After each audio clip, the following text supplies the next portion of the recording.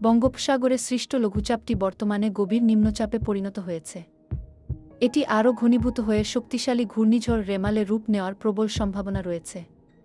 আগামী ৪৮ থেকে ৭২ ঘণ্টার মধ্যে এটি উপকূলীয় অঞ্চলে আঘাত হানতে পারে। উপকূলীয় এলাকার সকল বাসিন্দাকে সর্বোচ্চ সতর্ক থাকার অনুরোধ জানানো হচ্ছে। সম্ভাব্য বিপদ এড়াতে ঝুঁকিপূর্ণ এলাকা থেকে নিরাপদ আশ্রয়ে সরে যেতে প্রস্তুত থাকুন।